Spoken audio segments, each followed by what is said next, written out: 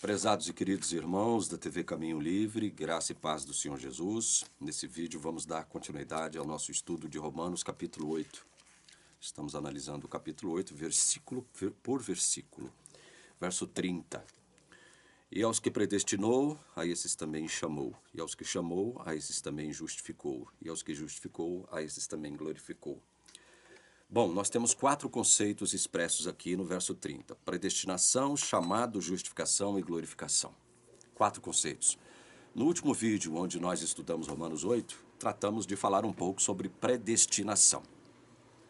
Nesse vídeo, nós vamos falar sobre o chamado. Eu gostaria de enfatizar 3 aspectos do chamado. Chamado de Deus. 3 aspectos apenas do chamado.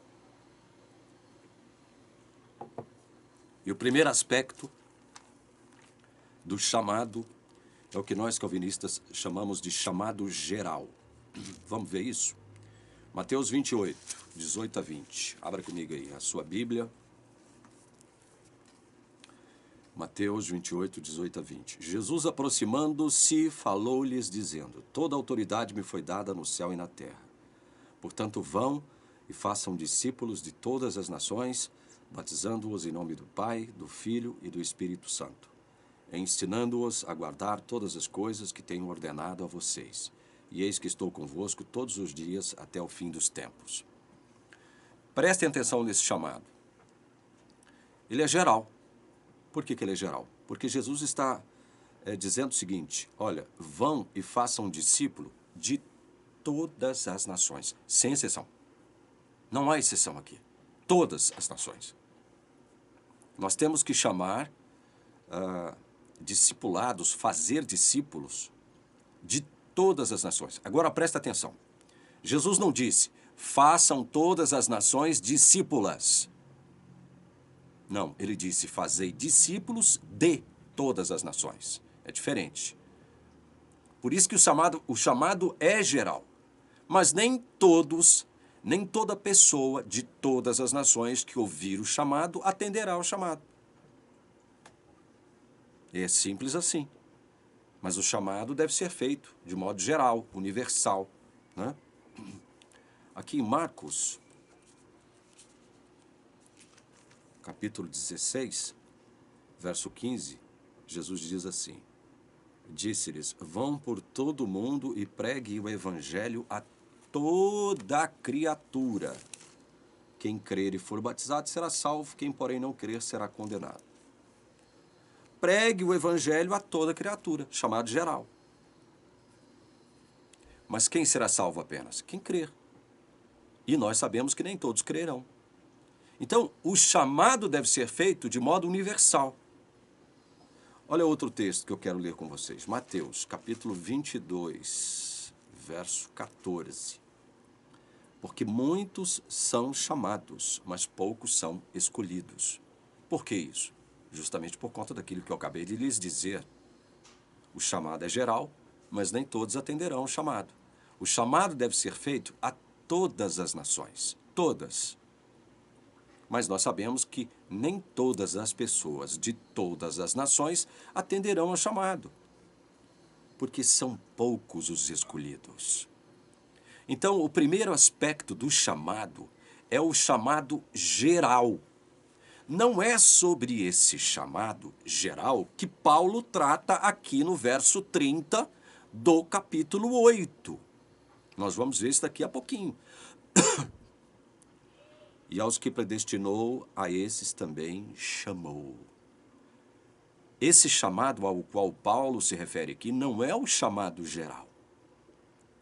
Vamos salientar agora outro aspecto do chamado de Deus. Abram comigo em Isaías 45. Isaías 45.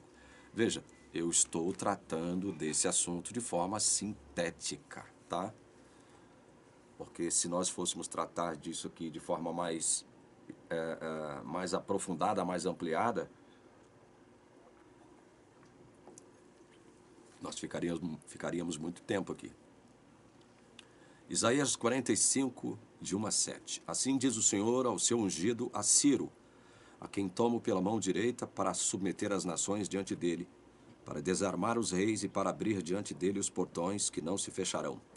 Eu irei adiante de você, endireitarei os caminhos tortuosos, quebrarei os portões de bronze, despedaçarei as trancas de ferro, darei a você os tesouros escondidos e as riquezas encobertas, para que você saiba que eu sou o Senhor, o Deus de Israel, que o chama pelo seu nome. Por amor do meu servo Jacó e de Israel, meu escolhido, eu o chamei pelo seu nome. Eu o chamei pelo seu nome. Lhe dei um título de honra, mesmo que você não me conheça. Eu sou o Senhor e não há outro. Além de mim não há Deus. Eu o cingirei mesmo que você não me conheça. Para que se saiba desde o nascente do sol até o poente que além de mim não há outro. Eu sou o Senhor e não há outro. Eu formo a luz e crio as trevas. Promovo a paz e crio os conflitos. Em outras tradições, o mal. Eu, o Senhor, faço todas estas coisas. Aqui no verso 3 do capítulo 45 de Isaías, ele diz: Eu, na minha justiça, suscitei Ciro, aliás, e endireitarei todos os seus caminhos. Ele reconstruirá a minha cidade e libertará os meus exilados, não por preço nem por presentes, diz o Senhor dos Exércitos. Veja, nós temos um exemplo de um chamado para uma missão específica. Esse é o segundo aspecto do chamado que eu gostaria de salientar com você. O chamado para uma missão específica. E aqui nós estamos testemunhando, através da leitura da palavra de Deus, o chamado que Deus faz a um imperador, a um rei, um grande imperador chamado Ciro, rei da Pérsia, que não reconhecia o Deus de Israel como o único Deus. Mas Deus o chama para que Ciro realizasse uma missão especial, uma missão específica. Qual é essa missão? Ele reconstruirá a minha cidade e libertará os meus exilados. Deus fez um chamado a Ciro, mesmo que Ciro não o conhecesse, mesmo que Ciro não o reconhecesse como o único Deus. Deus o chamou para que libertasse os seus exilados de Babilônia e reconstruísse a sua cidade de Jerusalém. Esse foi o chamado que Deus fez a Ciro. Alguém poderia perguntar, mas se Ciro era um ímpio, por que Deus o chamou? Para realizar essa missão. Por que Deus não chamou alguém do povo judeu? Ora, o povo judeu era cativo. O povo judeu era cativo. Não havia, dentre o povo judeu, ninguém capaz de fazer o que Ciro poderia fazer. Deus o chamou. Deus poderia ter chamado o outro, mas ele decidiu soberanamente chamar Ciro. E aí? Você vai brigar com Deus? Porque ele escolheu um imperador, um rei ímpio para reconstruir a sua cidade e libertar o seu povo? Deus faz o que ele quer. Então, ele chamou Ciro não para que salvasse Ciro, não para que Ciro conhecesse o Evangelho, mas para que Ciro reconstruísse Jerusalém, libertasse o seu povo da escravidão babilônica. Esse era o propósito do chamado de Ciro. Então, esse chamado é o chamado para uma missão específica, que Deus especificou aqui. E Deus tem toda a autoridade para fazer esse tipo de chamado. Quer um outro exemplo de um chamado para realizar uma missão específica? João capítulo 6, versículos 70 e 71. Então Jesus lhes disse: Não é fato que eu escolhi vocês os 12, mas um de vocês é um diabo. Ele se referia a Judas, filho de Simão Iscariotes, porque este, sendo um dos 12, era quem o havia de trair. Interessante isso porque, para a teologia adventista, Jesus chamou Judas para salvá-lo, quando a Bíblia em nenhum lugar diz isso.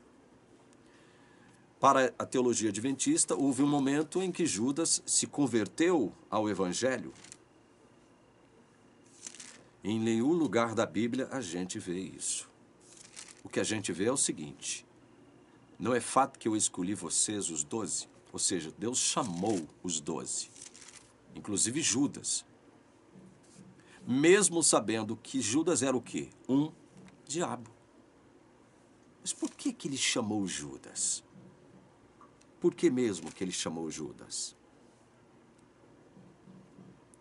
Meus queridos, deixa eu ler um texto para vocês. Eu não tinha programado ele, mas é interessante a gente ler, porque nós estamos analisando um caso muito especial, que é o caso de Judas, sobre o qual, no caso, né, há muita dúvida e também muita confusão.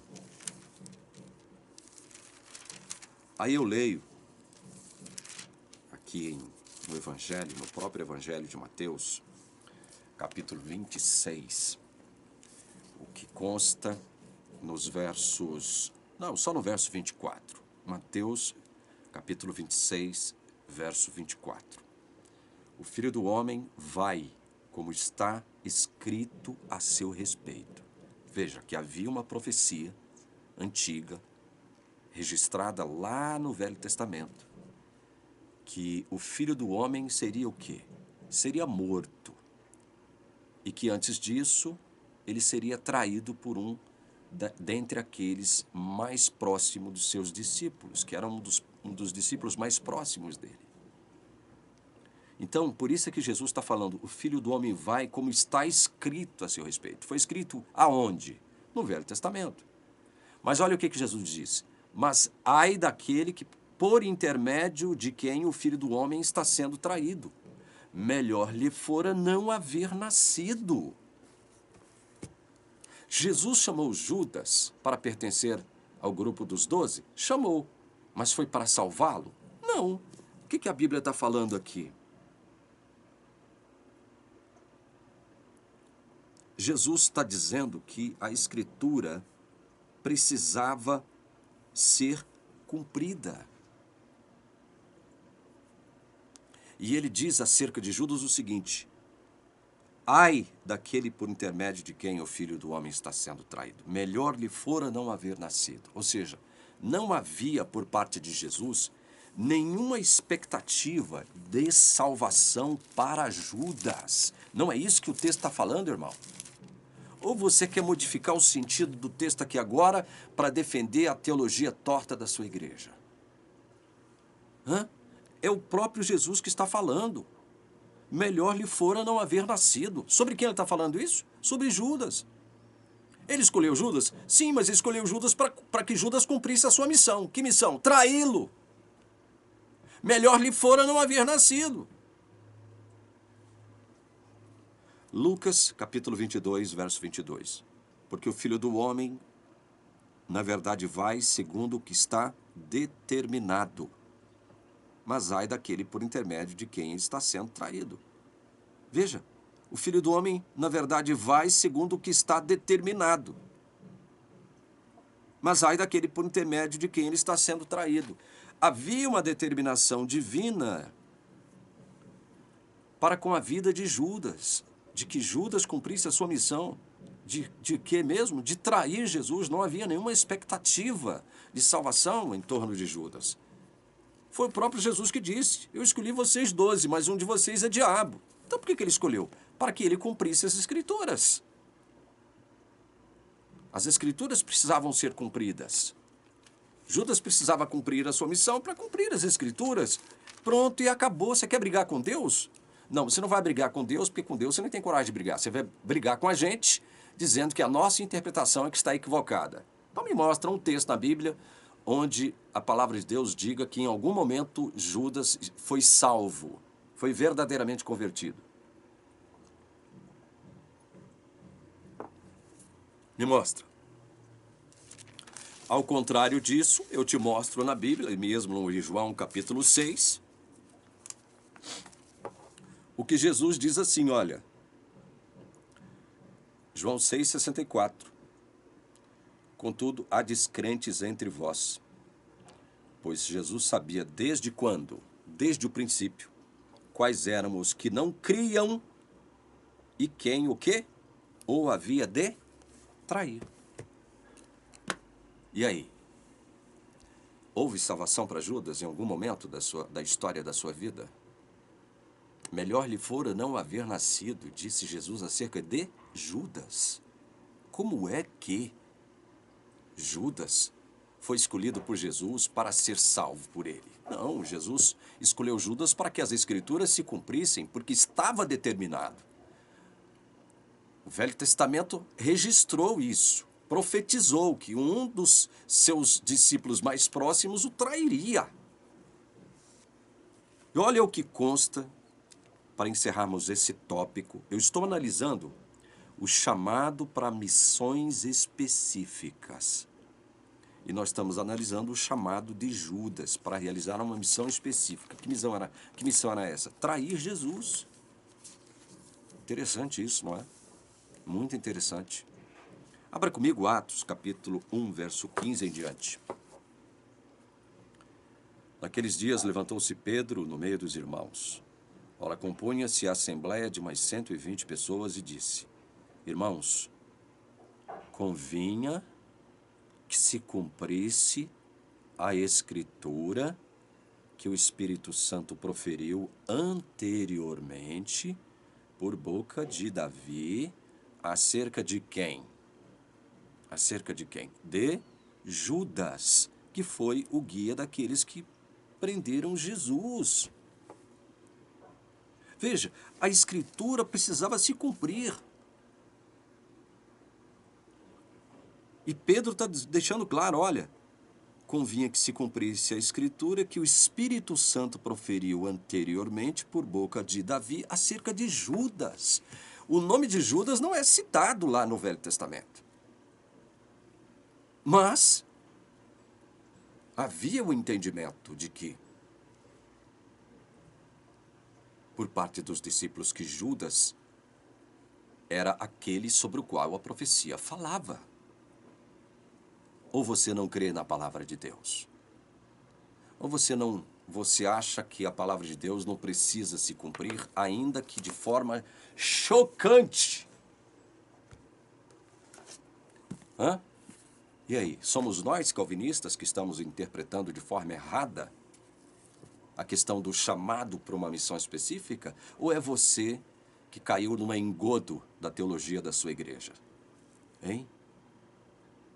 O que você me diz? E eu, aproveitando a ocasião, já que eu estou com um livro aqui à minha frente, esse livrinho aqui, ó, que você conhece muito bem, né, irmão adventista? O Desejado de Todas as Nações. Para encerrar esse tópico, já que eu estou com o livrinho aqui na frente, vamos ler. Tem um capítulo aqui do Desejado de Todas as Nações dedicado especificamente a Judas. Judas, deixa eu achar aqui, porque eu perdi a página, mas eu vou achar aqui agora. Eu vou achar aqui agora. Ah, achei aqui, 685, vamos lá.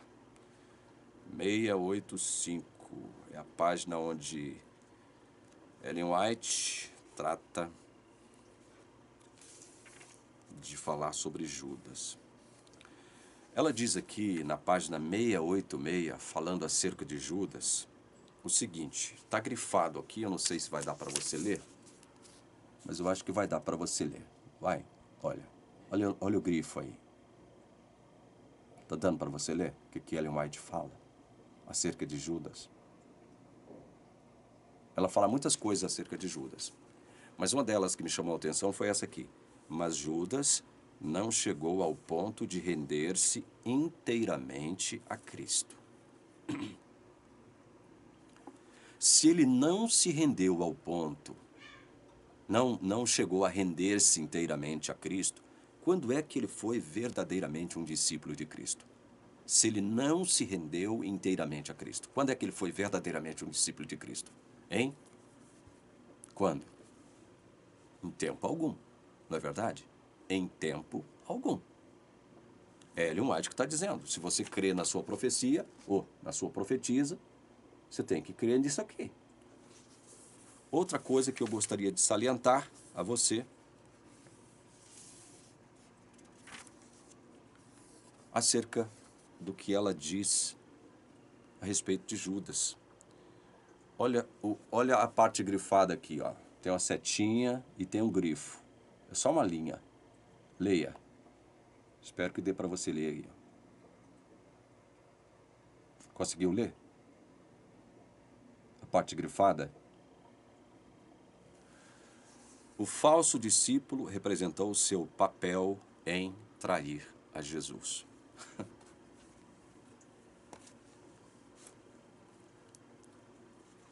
Falso discípulo representou o seu papel ao trair a Jesus. Quando é que o falso poderá se tornar verdadeiro? Me responda. Responda-me você, meu irmão, minha irmã adventista. Quando é que o falso poderá se tornar verdadeiro? Me fala. E ela está falando aqui do papel. Quem foi que estabeleceu esse papel para Judas? Quem foi que designou esse papel de trair a Jesus? Quem foi que designou esse papel? Senão o próprio Deus. O próprio Deus. Aqui na página 685, ela diz algo muitíssimo interessante e que a contradiz. Porque ela diz aqui, olha, vou mostrar para vocês.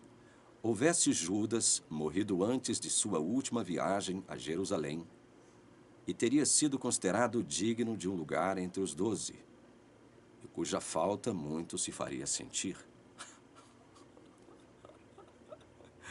Houvesse Judas morrido antes de sua última viagem a Jerusalém, ele teria sido considerado digno de um lugar entre os 12, e a sua falta seria sentida. Meu Deus do céu! Se ela lá na frente vai dizer que Judas nunca se rendeu inteiramente a Jesus, se ela lá na frente vai dizer que Judas era falso discípulo e que cumprira o papel de trair a Jesus, um papel, quem foi que designou esse papel a ele trair a Jesus? O próprio Deus. Como é que ela pode dizer isso aqui? Que se Judas tivesse morrido antes da última viagem de Jerusalém, ele estaria salvo. Como? Com que autoridade Ellen White poderia dizer esse absurdo aqui, se ela mesma disse lá na frente que ele nunca se rendeu inteiramente a Cristo, sempre foi falso, falso discípulo, um falso jamais será verdadeiro, algo falso jamais será verdadeiro. É porque eu não tenho nada dourado aqui que possa parecer ouro, né, para mexer com a mente de vocês. O que é falso jamais será verdadeiro. Como então que ela vai dizer que se ele tivesse morrido antes da última viagem a Jerusalém, ele poderia ter sido salvo? Meu Deus do céu! Quanta idiotice! Aí ela diz mais embaixo aqui, ó. Havia, porém, um desígnio em ser seu caráter exposto perante o mundo. Um desígnio. Quem foi que determinou esse desígnio em expor o caráter de Judas ao mundo? Não foi o próprio Deus? Está aqui, ó. Olha. Não sei se está dando para você ler, mas está aí, grifado em vermelho. Ellen White sendo Ellen contraditória White. Isso aí nunca me espantou. Porque eu comecei a enxergar as contradições de Ellen White muito cedo na minha vida de adventista. Por isso que muito cedo eu deixei de crer nessa senhora como mensageira do Senhor, profetiza, essas coisas todas. Nos meus últimos anos, né, da igreja, eu não citava Ellen White para absolutamente nada. Nada. Bom, eu apresentei para vocês dois aspectos do chamado, do conceito de chamado. O chamado geral, onde esse chamado tem que ir a todas as nações. Muitos são chamados, poucos escolhidos. E de pregar o evangelho a todo mundo, né? todo mundo. Chamado geral, certo? A pregação tem que ser geral, universal. Mas poucos serão escolhidos. Então eu apresentei para vocês um aspecto do chamado, que é o chamado geral. Não é sobre esse chamado que Paulo fala aqui em Romanos 8, versículo 30. E também apresentei o chamado por uma missão específica. Uma missão específica. Também não é esse chamado a que Paulo se refere aqui. Embora esse chamado tenha sido feito, realizado com o propósito de salvar o próximo chamado, que nós chamamos de eficaz, é uma missão que Deus realiza em nós e por nós. Então veja, chamado geral, chamado para uma missão específica e o chamado eficaz. Esse é o chamado sobre o qual Paulo trata em Romanos capítulo 8, verso 30. O chamado eficaz. Por que eficaz? Porque não há como você resistir a esse chamado. Por que não? Porque Deus mete a pé na porta do seu coração e entra contra a sua vontade? Também não. Também não. Bom, se ele é eficaz porque ele é irresistível, como que Deus faz para nos chamar de forma irresistível sem nos coagir, sem forçar a barra para cima de nós? É simples. Ele te convence. Leia João 16:8, Jeremias 20, verso 7. O Espírito te convence. O Espírito te persuade. É através desse trabalho de convencimento e persuasão que você ouve o chamado.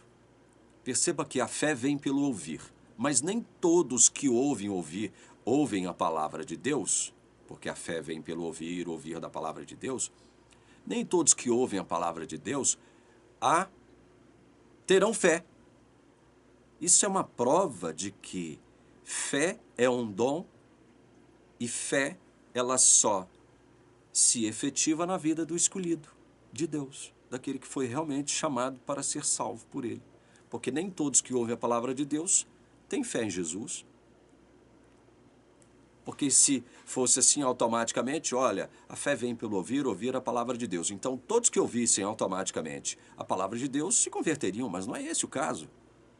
Então uma das provas de que a fé é um dom e de que ela só se aplica aos escolhidos de Deus, aos chamados para a salvação, esse chamado feito por Deus, é esse. Essa é uma evidência. Paulo aqui, atrás, no verso 28, diz: sabemos que todas as coisas cooperam para o bem daqueles que amam a Deus, daqueles que são chamados segundo o seu propósito. Olha, que propósito é esse? Aí ele vai especificando. Pois aqueles que Deus de antemão conheceu, ele também predestinou para serem conformes à imagem de seu Filho. O primeiro propósito está aqui, enunciado aqui, ó. Ser conforme a imagem de seu Filho. Ser conforme a imagem do próprio Jesus. É o primeiro aspecto do propósito da predestinação, realçado aqui por Paulo, é a nossa santificação. Então, quando nós somos chamados por Deus, esse chamado eficaz, esse chamado eficiente, esse chamado irresistível, o primeiro propósito desse chamado, quando nós somos convencidos e persuadidos pelo Espírito Santo, é a nossa santificação. Ela começa exatamente aí.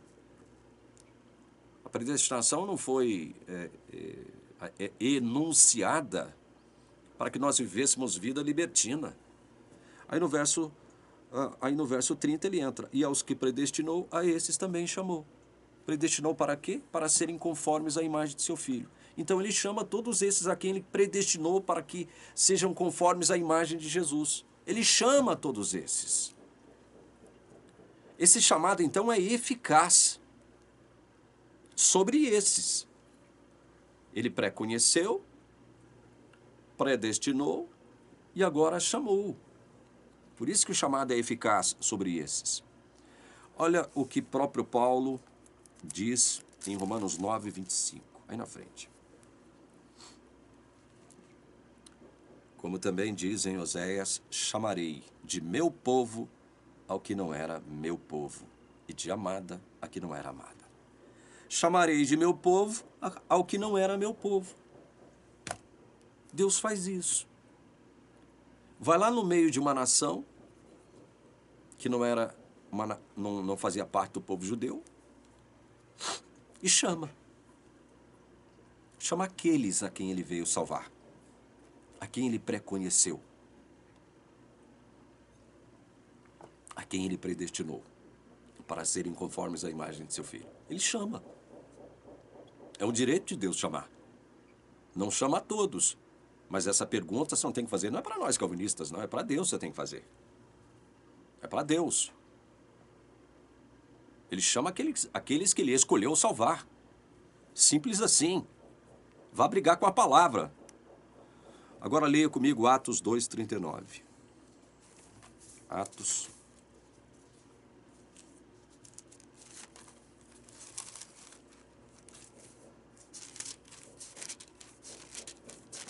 2:39. Porque a promessa é para vocês e para os seus filhos, e para todos os que ainda estão longe, isto é, para todos aqueles que o Senhor nosso Deus chamar. Todos aqueles a quem o Senhor nosso Deus chamar. Ele nos chama para que nós também possamos chamar outros. Deus é que chama. Deus é que chama. Olha, leia comigo, primeiro aos Tessalonicenses.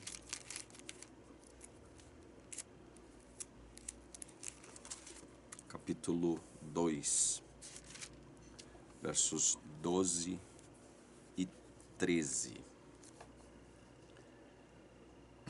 Exortando, consolando e admoestando vocês a viverem de uma maneira digna de Deus, que os chama para o seu reino e a sua glória. Isso aqui é um chamado eficaz. Esse aqui é um chamado eficiente. Isso aqui é um chamado para a salvação.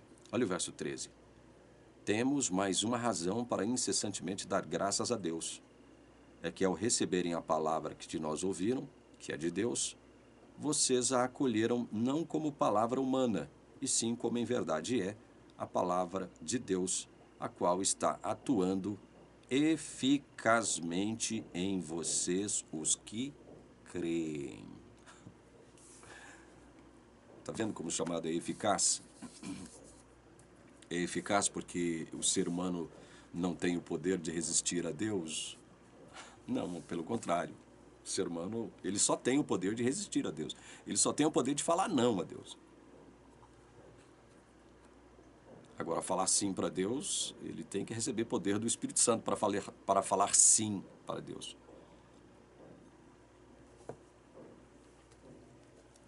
Aí mesmo, em 1 Tessalonicenses capítulo 4, verso 7,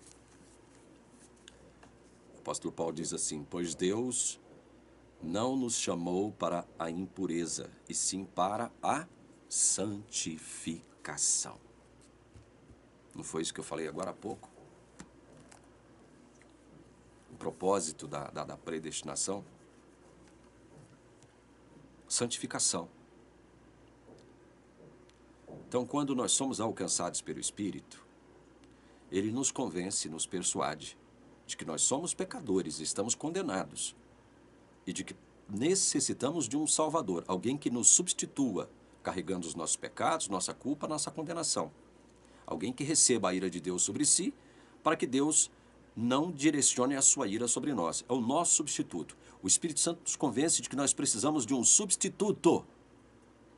E aí, quando o Espírito Santo chega e nos convence disso, ou seja, Ele nos regenera, porque quando nós estamos ouvindo a voz do Espírito, isso significa que nós já estamos regenerados, já fomos trazidos à vida, porque senão não ouviríamos a voz do Espírito, nos convencendo, nos persuadindo. E quando ele diz, vocês precisam de um substituto, vocês precisam de um redentor, de um salvador, nós cremos no que Jesus fez. Nós cremos.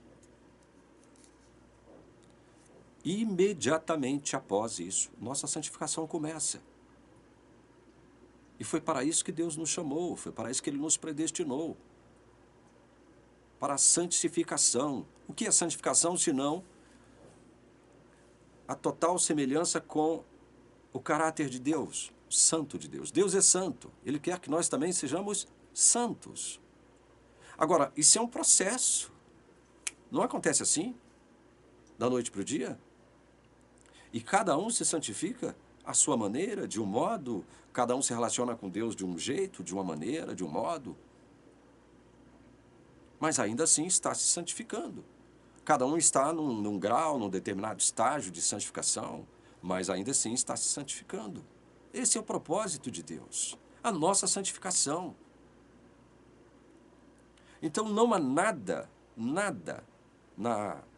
na doutrina da eleição da graça, da predestinação para a salvação, que faça com que nós vivamos vida desregrada e relaxada. Porque Deus nos chama para isso aqui, ó, como diz o verso 7 de 1 Tessalonicenses 4.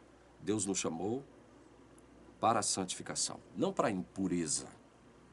Estão entendendo? Vejam como o chamado de Deus é maravilhoso, esse chamado, grave e importantíssimo, esse chamado eficaz. Por último, eu quero ler Gálatas capítulo... Por último, talvez seja o último versículo, não sei. O Espírito Santo é que determina. O Espírito Santo é que nos conduz aqui. Leia comigo Gálatas capítulo 1, versos 15 e 16.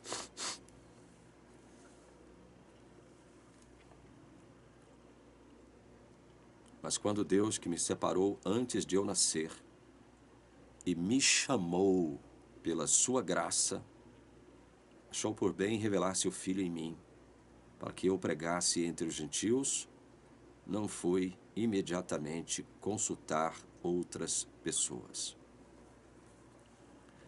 Deus separou Paulo antes de ele nascer. Separou. E depois o chamou pela sua graça. Antes de Paulo adentrar a dimensão do tempo e espaço, ele foi separado por Deus. Pense nisso. Deus tem autoridade para fazer isso? Claro que tem. O interessante é que Paulo viveu boa parte da sua vida perseguindo os cristãos, os filhos de Deus, perseguindo o Evangelho, se posicionando contra o Evangelho. É interessante isso, né? Deus só o chamou dentro da dimensão tempo e espaço, que é a nossa dimensão histórica, depois de um determinado tempo. Mas antes ele permitiu que Paulo fosse perseguidor, fosse inimigo, fosse, de certo modo, cúmplice de assassinatos de cristãos, né? Paulo foi uma pessoa terrível para o Evangelho, para os cristãos. Deus permitiu que ele fosse isso, tudo isso antes. Interessante isso, né? Muito interessante. Pergunta para Deus por que foi que ele escolheu Paulo. Não pergunta para nós não, porque nós não temos a resposta. Ou temos, porque ele quis. Ele quis. Então, se você tem algum problema com relação a isso, vai discutir com Deus. Porque Paulo foi separado antes mesmo de nascer. Separado por quem mesmo? Por Deus. Mas Deus só o chamou quando ele estava já num estágio avançado de vida dentro da dimensão tempo e espaço. Deus o chamou. Esse é o chamado eficaz. Esse é o chamado eficaz. Então, voltando para Romanos, encerrando esse vídeo, verso 30. E aos que predestinou, a esses também chamou. vem o passo seguinte. E aos que chamou, a esses também fez o quê? Justificou. Interessante isso aqui, né? Esse é o próximo conceito que nós iremos analisar no próximo vídeo, onde estamos considerando Romanos capítulo 8, versículo por versículo. Espero que você tenha entendido a diferença de alguns aspectos do chamado. Chamado geral, porque o Evangelho tem que ir a todas as nações, tribos, línguas e povos. Tem que ir por todo mundo. O chamado para cumprir missões específicas é sempre chamado de Deus, tá? Chamado de Deus. O chamado para cumprir uma missão específica, você tem o caso de Ciro, que era um ímpio, mas cumpriu um propósito santo, reconstruir a cidade de Jerusalém, libertar o povo de Deus do cativeiro. E Judas, que era um dos 12, mas foi chamado para quê mesmo? Para cumprir as Escrituras. Acerca de Judas, Jesus disse que era melhor ele não ter nascido, mas ele nasceu. Por que Deus o trouxe à vida e Jesus o chamou para pertencer ao grupo dos 12? Para cumprir as Escrituras, para cumprir o seu papel de traidor, como disse Ellen White aqui no Desejar de Todas as Nações. Então, esse foi um chamado de Deus para cumprir uma missão específica. Agora existe o chamado eficaz, é o chamado eficiente, que é o chamado para a salvação. E é sobre esse chamado que Paulo está falando aqui em Romanos capítulo 8. É sobre esse chamado. É quando Deus chama para salvar. Então ele preconhece, predestina e chama. E o próximo passo, justificação. Ok? No próximo vídeo a gente vai tratar desse assunto, que é o principal assunto da Bíblia. Principal. Eu falo isso sem medo, tá? Sem medo de errar. Que Deus abençoe você que assistiu esse vídeo até aqui, em nome de Jesus. Amém.